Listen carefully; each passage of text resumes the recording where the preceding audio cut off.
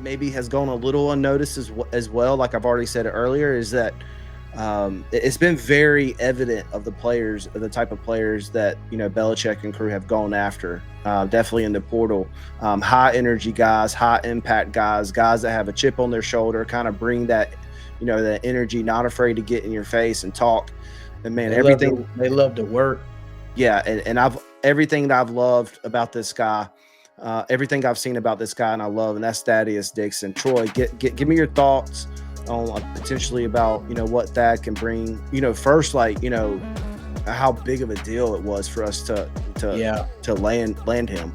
Yeah, man, Thad was one of 4 Washington Huskies that came over to Carolina.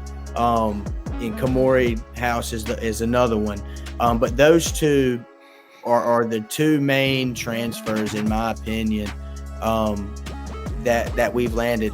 2 of your more higher level, and Thad is a guy that he's going to play your best receiver. Honestly, he's gonna be a guy that's not afraid to shadow your best man and go 1-on-1 for 4 quarters.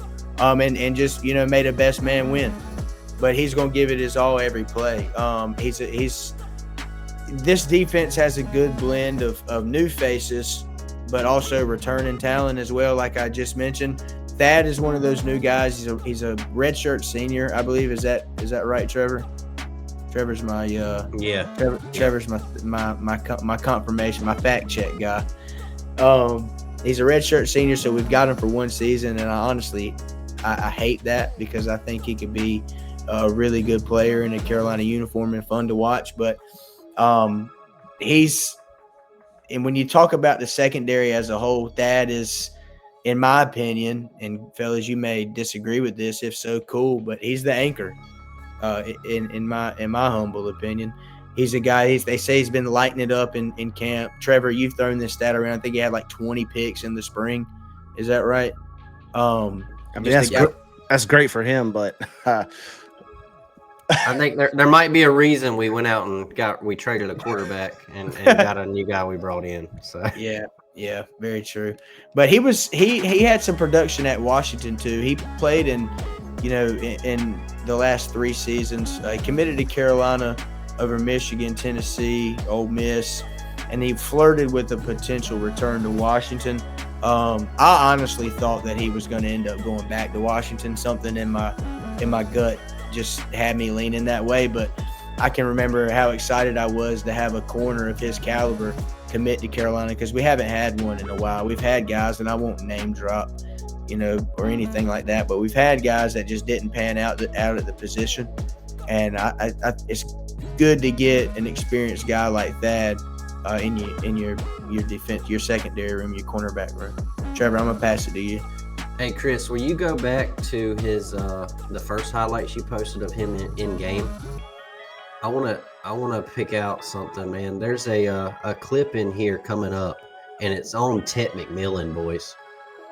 And he's playing him, and he I want to say, I looked up his stats when they played him. I think Ted only had 2 catches for 8 yards when he played that. And this is a guy that the Carolina Panthers just drafted in the first round, 8th overall. I believe it's coming up here in a second. I know I seen it in here, but man, he was a huge get. I was like you. I thought when we were following his recruitment pretty hard, because he was the biggest at the time. He was one of the biggest guys that was left out there, the highest ranked guys. Right there. That's your Tet McMillan. Yep.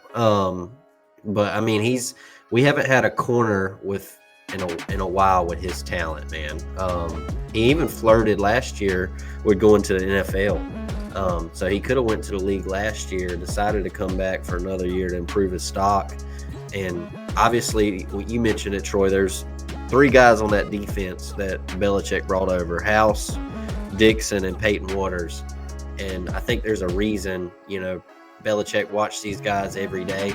There's a reason that he decided to go and bring them with him. I think all 3 of them will contribute this year, but really excited to see Thad. And he's played in big time games. He was honorable mention all Big Ten last year. I know he came over and talked to us, Chris, after the spring game, and they wouldn't throw the ball his way. So there's a stat going back to the Dre Bly days, where Dre had, I want to say it was 13 picks his freshman year.